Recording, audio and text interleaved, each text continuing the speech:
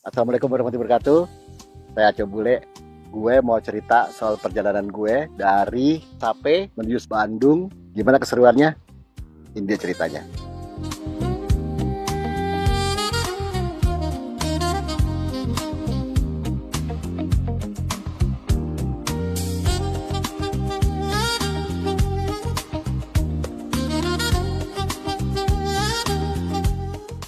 Oh, selamat jalan.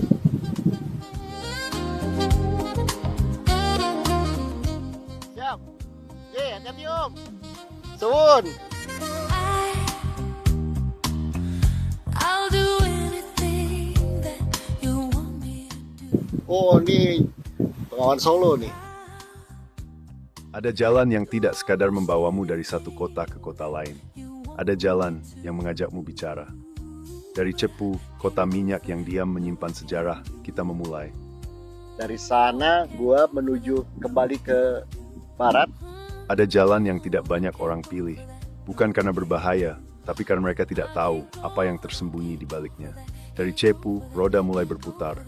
Jalanan membelah hutan jati Bojonegoro, pohon-pohon tua yang berdiri seperti penjaga zaman. Akar mereka lebih dalam dari ingatan manusia. Di sini, bumi masih berbicara dengan caranya sendiri. Tanah ini bukan sekadar tanah. Di bawahnya mengalir minyak, warisan kolonial yang diam-diam membentuk peradaban. Di pinggir jalan, perempuan-perempuan tua menjual nasi bungkus. Senyum mereka lebih hangat dari sinar matahari sore. Bukit berganti sawah, sawah berganti kabut tipis pagi hari. Angin masuk dari celah helm membawa bau tanah basah. Ini bukan sekadar perjalanan. Ini adalah percakapan antara manusia dan alam. Dan ketika Ngawi muncul di Cakrawala, bukan kemenangan yang terasa, tapi sesuatu yang lebih tua dari itu. Sebuah pengingat bahwa perjalanan terbaik bukan soal seberapa jauh kau pergi, tapi seberapa dalam dia. Datang di Ngawi. Assalamualaikum Ngawi. Bojonegoro terus, Ngawi Surakarta.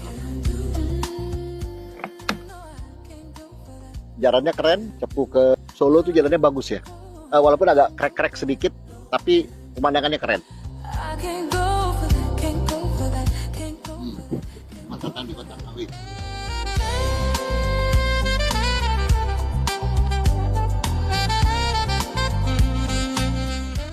Perjalanan ini dimulai dari Ngawi, tanah yang menyimpan jejak sejarah sunyi namun penuh makna. Terus kemudian dari sana gue maju lagi ke Solo. Di sini, jalan bukan sekadar jalur, ia adalah saksi waktu yang terus bergerak. Roda berputar perlahan, meninggalkan Ngawi menuju barat. Sawah membentang tanpa batas, angin membawa aroma tanah basah dan kehidupan. Setiap tikungan menyimpan cerita yang tak terucap. Memasuki Sragen, waktu seolah melambat. Warisan masa lalu berpadu dengan denyut hari ini. Wajah-wajah ramah menyapa tanpa kata, kehangatan yang tak pernah dibuat-buat. Perjalanan berlanjut menuju Solo. Kota budaya yang berdiri anggun di antara tradisi dan modernitas. Gamelan, batik, dan langkah-langkah kecil di trotoar tua menjadi irama yang tak pernah pudar. Ini bukan sekadar perjalanan darat. Ini adalah perjumpaan dengan alam, sejarah, dan manusia. Sebuah pengingat bahwa Indonesia tak hanya untuk dilihat, tetapi untuk dirasakan. Ada kota-kota yang hanya bisa kamu kunjungi, dan ada kota yang masuk ke dalam dirimu dan tidak pernah benar-benar pergi. Wah, ada foto presiden dari Bung Karno sampai eranya Prabowo. Solo bukan sekadar titik di peta. Ia adalah peradaban yang masih hidup, bernafas dalam setiap helai batik, dalam setiap ketukan gamelan, dalam senyum orang-orangnya yang memberi tanpa menghitung. Di sini sejarah bukan hanya dibaca, ia dirasakan.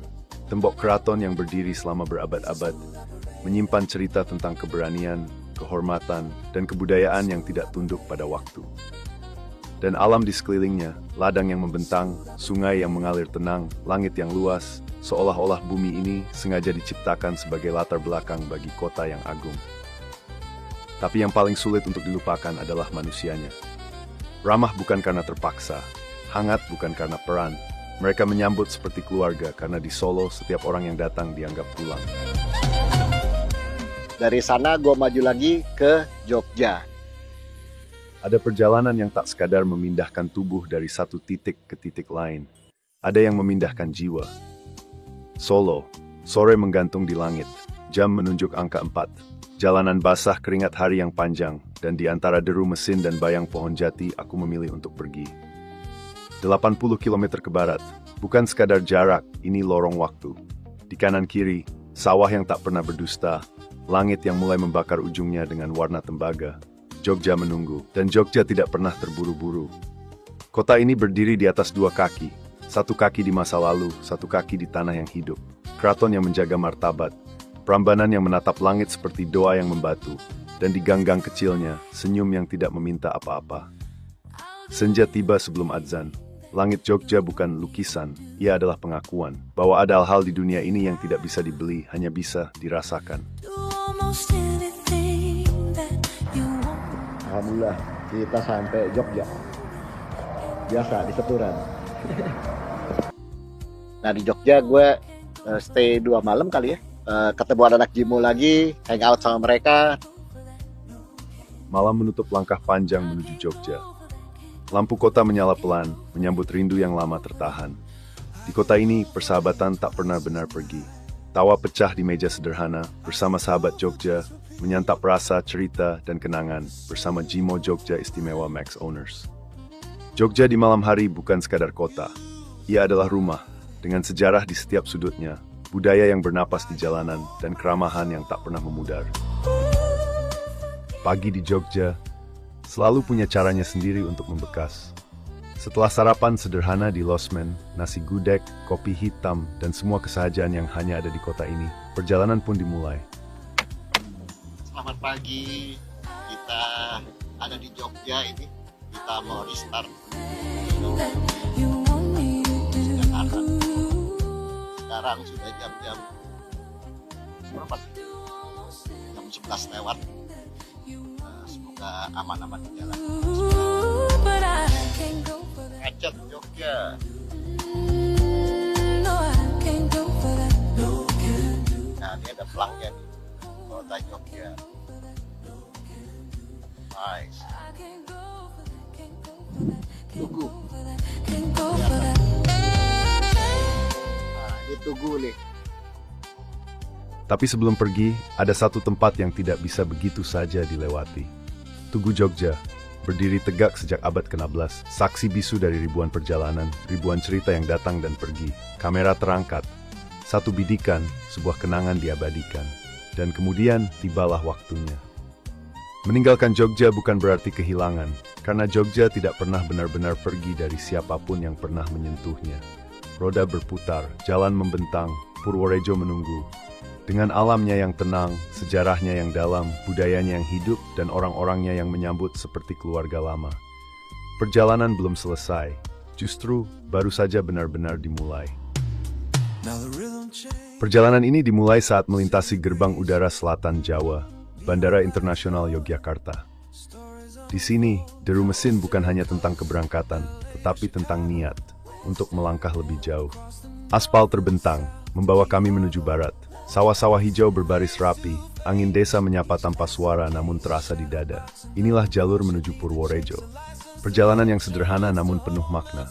Setiap tikungan menyimpan cerita tentang tanah yang subur, tentang budaya yang dijaga dengan rendah hati, tentang sejarah yang hidup di antara langkah warga. Dan akhirnya, kami tiba di Purworejo. Kopi diseduh, aroma hangat menyatukan kami, kuliner lokal menjadi bahasa persahabatan. Disinilah kami berhenti sejenak, menikmati tawa, cerita, dan ikatan yang lahir di jalan. Purworejo bukan hanya tujuan, ia adalah rasa tentang alam, budaya, dan persaudaraan Purworejo. Berirama Max Owners.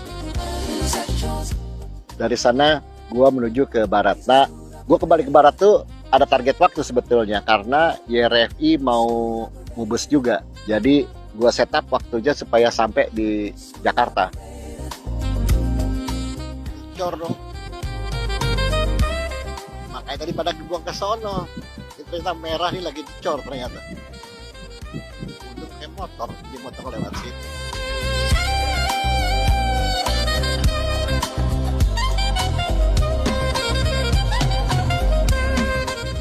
Sore itu, Purworejo melepas kami dengan diam. Langit keemasan menutup hari dan kami pun melaju. Bukan sekadar perjalanan, ini adalah sebuah pilihan untuk tidak diam. Roda berputar meninggalkan tanah Jawa Tengah menyusuri batas yang tak kasat mata, Banjar Patroman. Disinilah dua dunia berpelukan. Disinilah Jawa berbisik pergantian. Jalan terus memanjang, malam terus mendalami dirinya. Assalamualaikum Jawa Barat, Jawa Tengah, Jawa Barat. Dan ketika jarum jam menyentuh tengah malam, Bandung menyambut kami. Bukan dengan kemegahan yang memekakkan, tapi dengan keindahan yang tenang. Alam yang berbicara lewat udara dinginnya. Sejarah yang terukir di setiap sudut kotanya. Budaya yang hidup dalam senyum, dalam tarian, dalam tegur sapa. Dan penduduknya menerima kami seperti saudara yang lama tak pulang. Inilah perjalanan. Bukan tentang seberapa jauh kita pergi, tapi tentang apa yang kita temukan di antara titik keberangkatan dan kedatangan. Sampai di sini dulu perjalanan kita kali ini. Nantikan di episode selanjutnya. Selalu ingat pesan gue, utamakan selamat dalam berkendara, hormati pengendara lain, dan kalau naik motor tetap di bawah. Stay safe and keep rock and roll guys. Assalamualaikum warahmatullahi wabarakatuh.